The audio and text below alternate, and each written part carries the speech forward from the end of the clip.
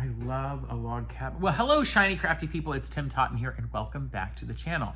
For this video, I want to show you a fantastic block, and this may look like a log cabin block to you, but is actually a MANX quilt block, and that's because this particular style originates from the Isle of Man, which is in the United Kingdom, a tiny little island between England and that waters between England and like Northern Ireland, I think. Is that right? Yeah.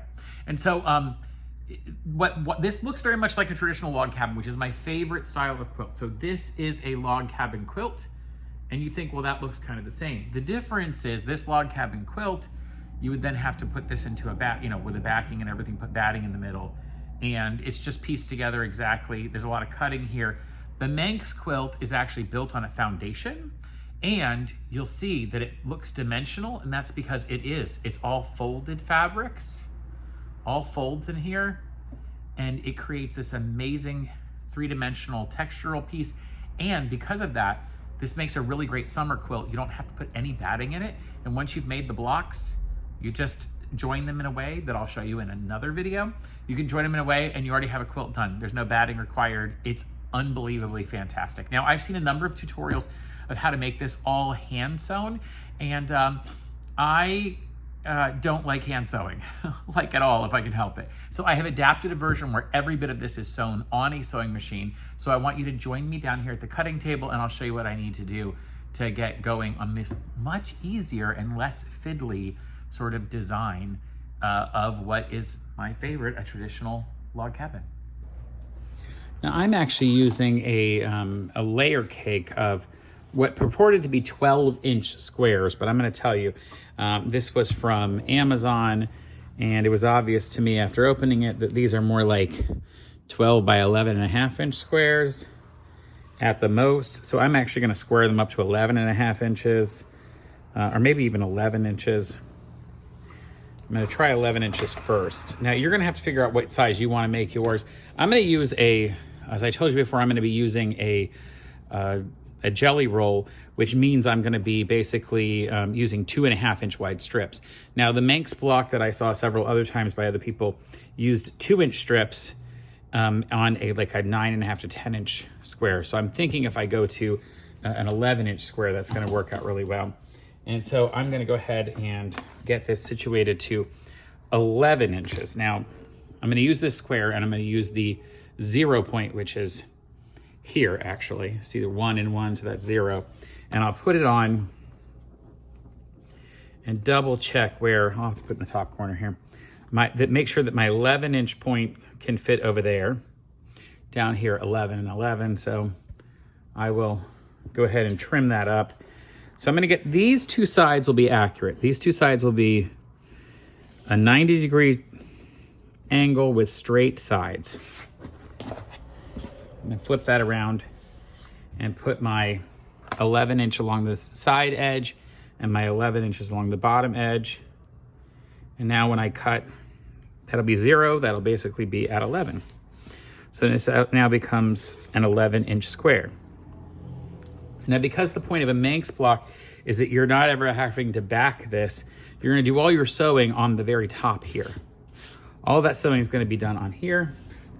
So to figure out where we're going to center our first block, our first square, I'm going to go ahead and do some ironing. I'm going to fold this at my angle, my 45-degree angle, and as long as this is exactly an 11-inch block, that's going to line up exactly. And I can use my iron to press it out. And then I'll open that up and do the same thing like this.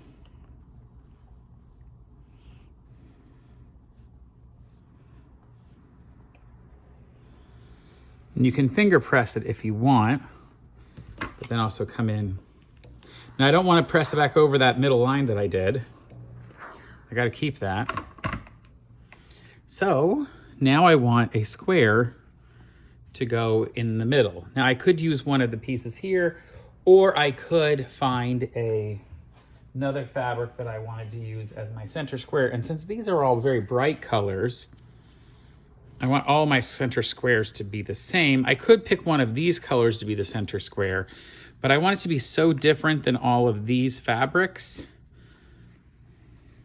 for the center square that I think instead what I'm gonna do is get a black.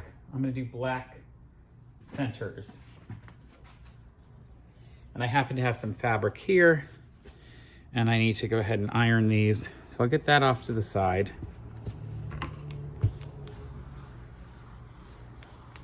And I'll do a 2.5 inch square on this, just like, so I just need to cut 2.5 inch squares on this. Let me do that now, and then I'll come back and show you what to do next. So now I'm gonna place my 2.5 inch square right in the middle, center that, and then my goal is to fold this in and fold again.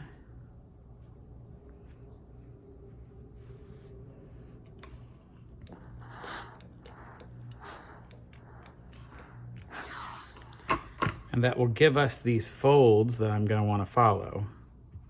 So that means what we'll do is we're gonna sew 1, 2, 3, 4 strips down the side, and we'll do that on the same on all of these. We'll do the same on all these. Now, you could come back in with a pen and mark these on, just not too dark because you don't wanna see them through the back. I think I'm fine to leave them this direction in this particular way, knowing that I'm gonna make this right away. I'm not gonna make this particular item, I'm not gonna take forever to make the block. And in fact, I'm not gonna make a bunch of blocks in advance. I'm not gonna iron a bunch of blocks in advance and then hope that it all stays in for later. So if you were doing that, you might wanna find a way to mark it on there so that you don't have the chance that the pressing would come out, would be your concern. And in fact, if you wanted, you might even be able to find a way to, I'm thinking, I wonder if you could get fabric printed to do this if you wanted. I don't know. It'd be an interesting idea. But I'm not worried about that. I'm just gonna come in.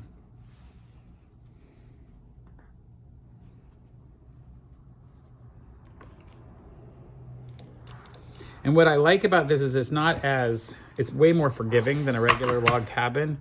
So I'm not really worried if for some reason it just looks a little bit not perfect, because it's meant to be seem to be hand done. And there are MANX tutorials on how to make these by hand. I would encourage you to go find them. Absolutely. So now I'm gonna set this aside and figure out how I want my rows to look. So I've got a total of 1, 2, 3, 4, 5, 6, 7, 8, 9, 10 different fabrics. I'm gonna need 4 for each side. And I'm just gonna use the same color on each of the sides. So let's see. I have a black center and I wanna come out from that. And let's say that I want to, which of these 4 or 5 do I like the most? I can figure out here which I want to be at the center next to it. And I might want to go from the lightest to the darkest. So to me, the pink is sort of the darkest, and then the orange, then maybe the blue, and then maybe we either do the purple or we just put the green on it. So maybe those 4 look really good. So those will go on one side, one L shape of, and I'll leave the purple out. I'm not worried about the purple this time. And on the other one, maybe I start in with the pink and then go to the orange and then the green and the blue and the purple. Well, no, I don't need the purple because we're leaving the purple out. Yeah, or do I take the orange out and leave the purple in since I don't have any purple? I might take that orange out to get more of a jump between those. Yeah, I think I like that. So those will be our first colors. All right. So the very first thing we're going to do, knowing that we're going to start with the pink next to it, let me do one of these pink strips.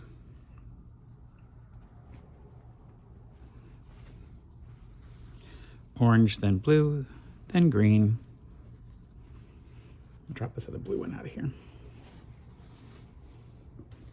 So the first thing I need to do is cut a piece of this or this pink to go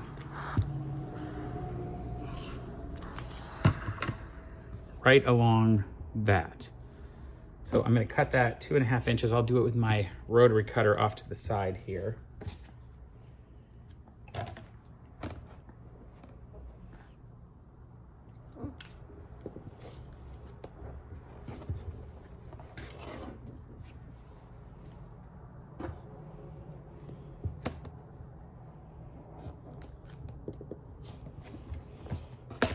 That should exactly match that. So I'm gonna go to my sewing machine and sew it right to that other material.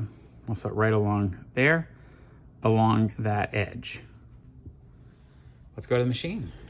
All right, so I'm ready to sew that first piece on right here on this edge, and I'm just gonna come sew a 1/4 inch seam. And I'm not worried about this being even back stitched along here, because it's going to get covered over as we sew the other pieces on. And just sew off the end of that. And now, rather than opening this completely up like you would on a regular block, I'm just going to open it back until it touches that first fold where the fold was over. And I can, if I want, just give it a little finger press. And what that does is create this fun fold that is in there. And I can pin that if I want, which I probably will pin it because I think that makes more sense. Give it a little bit of pin so it doesn't go anywhere. And now we have to pick which side we're going to sew the next piece of the pink on. And I'm just going to go along this side since I have it right here in the machine in front of me. So I will take the other pink fabric, and one of the nice parts is I can just lay it right there next to that and sew down it. So I'll put that on.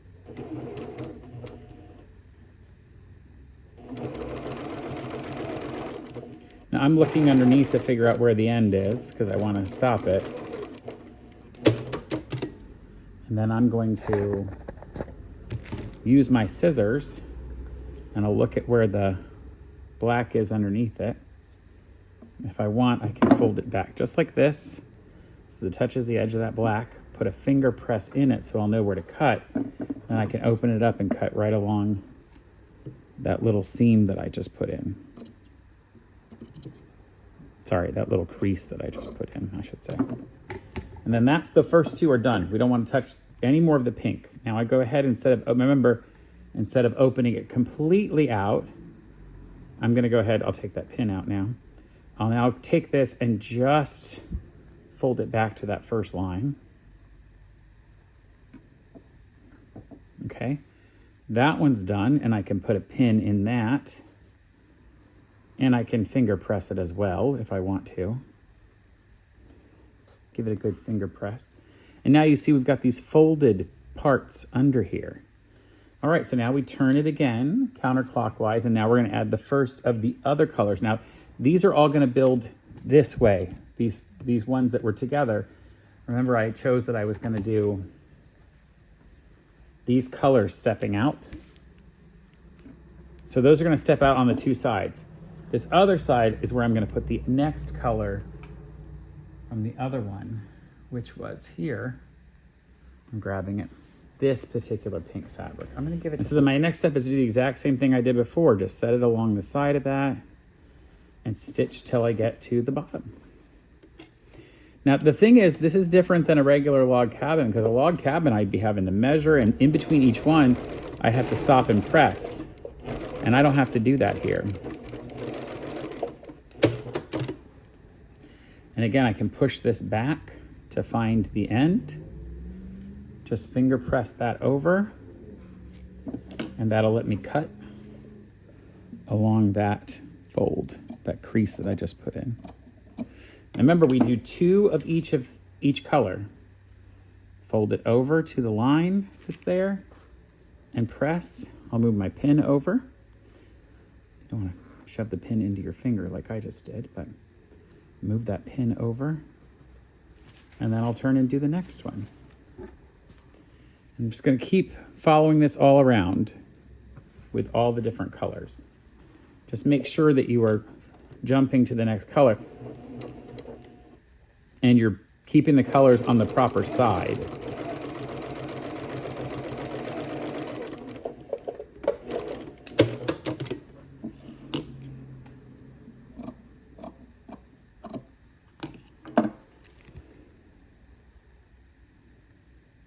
This has got to be one of the fastest methods I have ever seen for anything like a log cabin. Now, what's important to know is that we're making a block that is also from the back is going to then be seen. All of these stitches will be seen. These will actually be your quilting stitches. So it will be seen from the back because this is going to be the back of the actual finished quilt. So let me go on here and go to the next. Now I'm back here to this side, right? And this is going to now be the next color in my mix of colors that's going. And I decided that was going to be orange. I got my orange fabric ready to go. And I just put it right at the top edge and stitch down.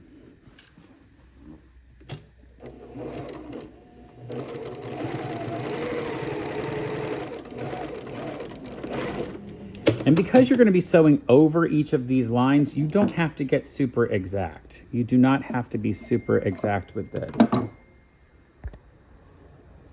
All right, again, fold that out just to the crease that's already in. Now, if you want to iron each one of these because you feel better about that, you can go ahead and do that. That is not a problem. You certainly can. But I'm kind of liking how fast this goes, so I keep just turning it the same direction. And I'm just lining up this fabric along with the pressed crease that's in there so that I know it's going to go on straight. Now, a lot of times these pre-cut jelly rolls will have like a scalloped edge or a pinking sheer edge. Oh, and I went too far on that. That's interesting. I was not paying attention and I sewed too far. So I'm just going to take a couple stitches out until I get back to there.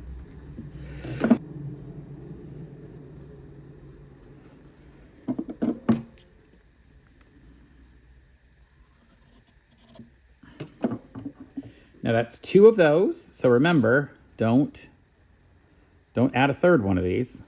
Just 2 of those. We're keeping these fabrics on this side and the other fabrics down the other. I will move my pin down.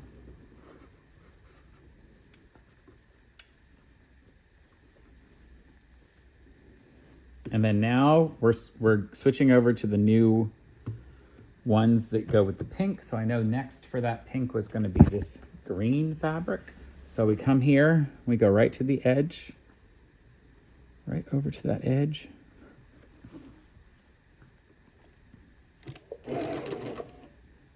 And here's where you want to make sure that these are all still lining up with the creases down below. So if you do need to iron it or leave a pin in there, you should. I'm just going to hold it with my hand to make sure it properly goes there. And this does not have to be an exact 1/4 of an inch because you're just going to fold to get to the right size anyway. So I'm not worried about that. Now I can see the fabric underneath actually through this, so I don't even have to fold this one. I can just go ahead and cut. And remember, again, we're going to take this and fold it back to that. This is so much easier than a regular traditional log cabin. I'm actually kind of amazed and surprised that I've never learned this technique before. Crazy. All right, I'm going to put that pin back in there. A pin in there again. And if every once in a while you want to go over to the machine and just press all this, or to your iron, and just press all this center stuff, you absolutely can. Remember, we need 2 of that green, 2 of them. So I come along right to there and bring it down, make sure all this stays in. If you want to go more than a 1/4 of an inch on your seam, go for it. Doesn't matter. I went a little more like closer to 3/8 on this one. Again, make sure this bottom piece is staying folded where it needs to.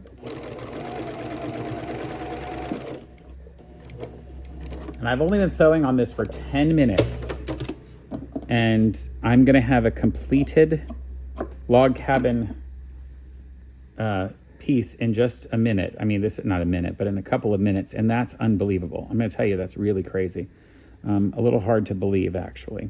Now, you do wanna be careful about the creep of this, where it starts to creep around and not be square. I probably should have started that a little further off and trimmed this end too. So the next ones, I'm gonna be a little careful about how I do that, and I'll show you how I do that for the next ones.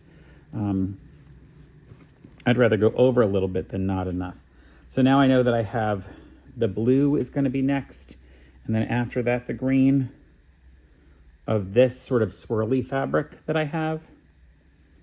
So let me get one of these opened and cut straight. So I'm gonna suggest I'll just go a little further up from it. It doesn't really matter. You're not that worried about, because it's gonna all be caught underneath anyway. So I went a little further past at the top. Now again, I wanna make sure this at the bottom is, because I wanna make sure the fold stays straight across. And then I don't have to sew all the way off the bottom there. And again, I'll cut this maybe a little bit wider than that.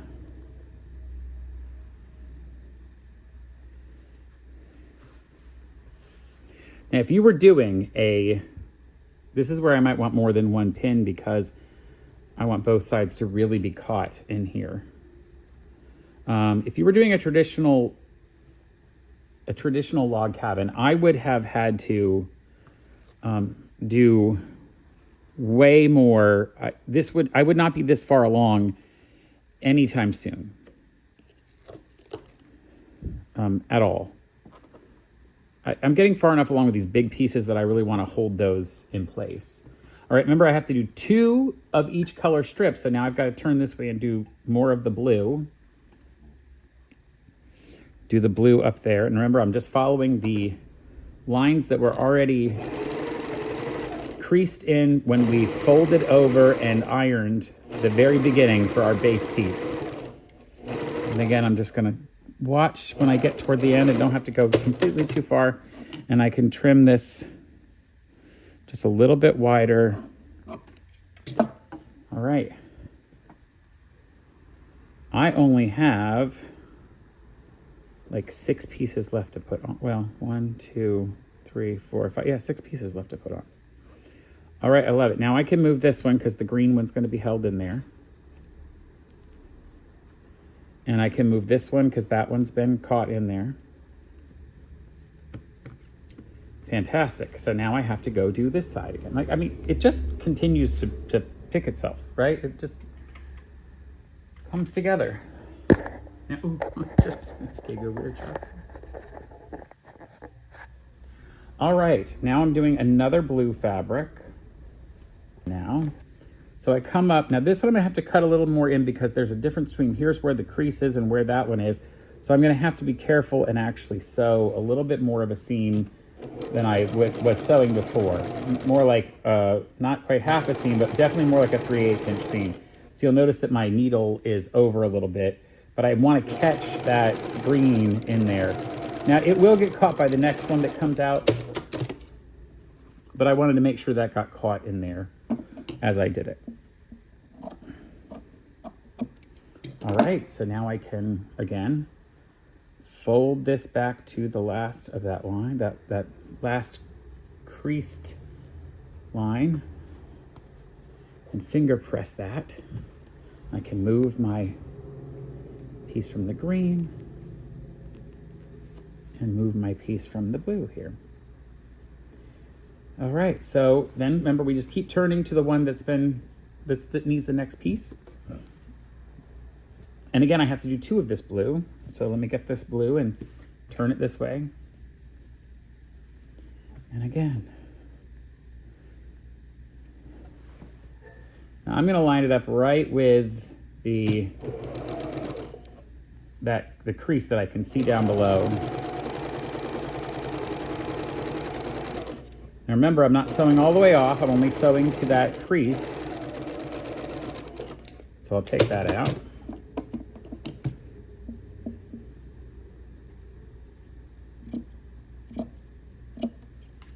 That one is finished. All right. And I can open that up, and I'm opening it to this crease right here, you see? Again, fold it over to that, finger press, and I can move my pins. Now what I'm hoping is that if anybody really wants to try to do this step by step, they can watch this video and literally make one with me. You can watch this with me and make this exact block just by going through, starting with an 11-inch square at the bottom, going with a 2.5-inch middle square, and then doing 2.5-inch strips all around. And you'll need 8 different strips. Or if you want to do a different strip on each side, if you want this strip to be different than this one, you would want to do 16 strips. And you'll see it's all got this dimensionality to it. All right, we're going back here. We're doing the last of them. Now I'm on to the swirly side again. So I have one swirl left, which is the green swirl here. So I'm gonna make the green swirl, which is a nice big crazy color. Now you could, not everybody does these for a log cabin, does such wild strips. I just like sort of strong colors. I like strong, almost rainbowy type colors. And I really like the idea of having such bright, vibrant colors. To me, that's half the fun, and that's more my personality. So if you wanted something a little more reserved or traditional, you certainly should do that.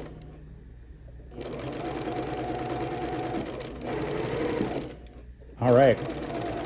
We're so close. This and then 3 more. Okay, trim that off there. Now, remember for this one, we're gonna pull out and we're just going right to the edge. That's our last piece.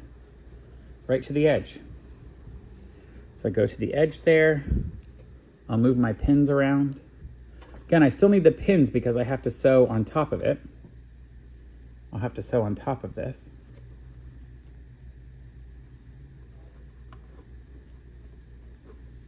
There we go.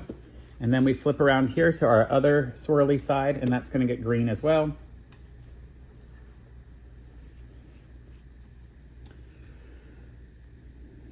And then the same thing, I'm going to make sure it reaches off the edge. Oh, and I should have pointed out something that I didn't do here, and I need to actually do it on this one, which is I need to make sure that I don't actually stitch all the way to the edge on this last one. Here's a big thing you have to know. You need to leave at least 1/4 of an inch, but more likely 1/2 of an inch. So when we start to sew, we can't start sewing right at the end here. We have to start about 1/2 an inch in. And I'm gonna go ahead and back stitch it a little for myself.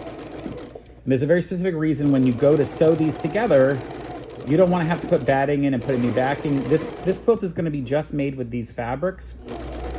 And so these last ones you put on, you can't sew all the way to the edge. You've got to leave yourself 1/2 an inch, and that's for the way these are going to go together. Now that's going to be in a separate video.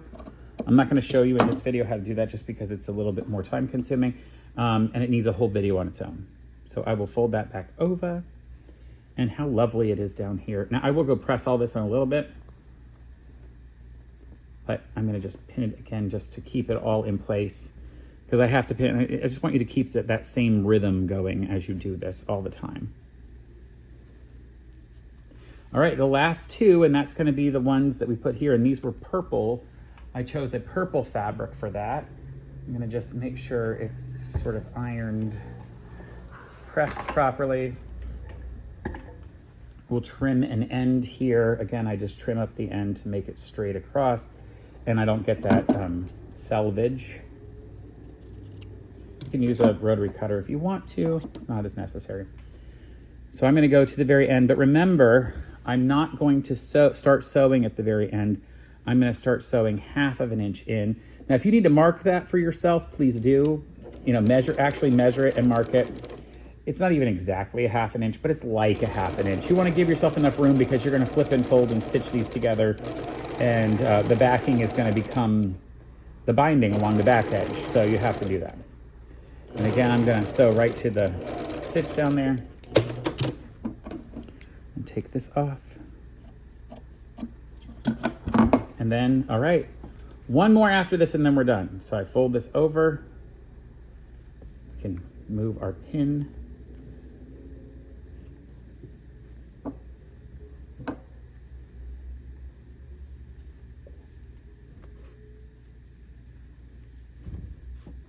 Last one, and I just sewed the last one along here with the same purple.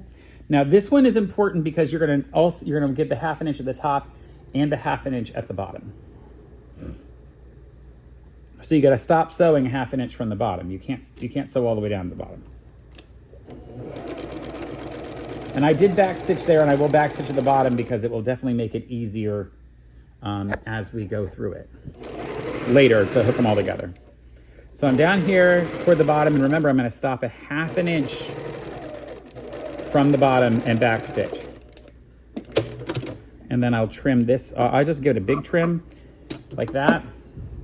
And I left that 1/2 inch so that I'll be able to adjust those later. And again, I do the same thing that I did before, which is to flip this out.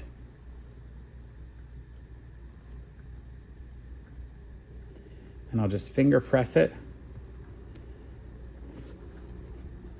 And then we'll go over to the iron and press this whole thing to get it all properly lined. And if you wanted now, you could, you need to press it. You don't want to stitch around the whole thing to hold it together because you have to have these layers separate. The back has to be separated from the front. Let's go to over to the iron. Right, well, I got to clear all this mess. Look at that. And here we go with that finished piece. Let me give you a little zoom out. And this is where I can come in and give it a little bit of a press just to get it, to make sure I love all the pieces and parts. I'm just pressing it down.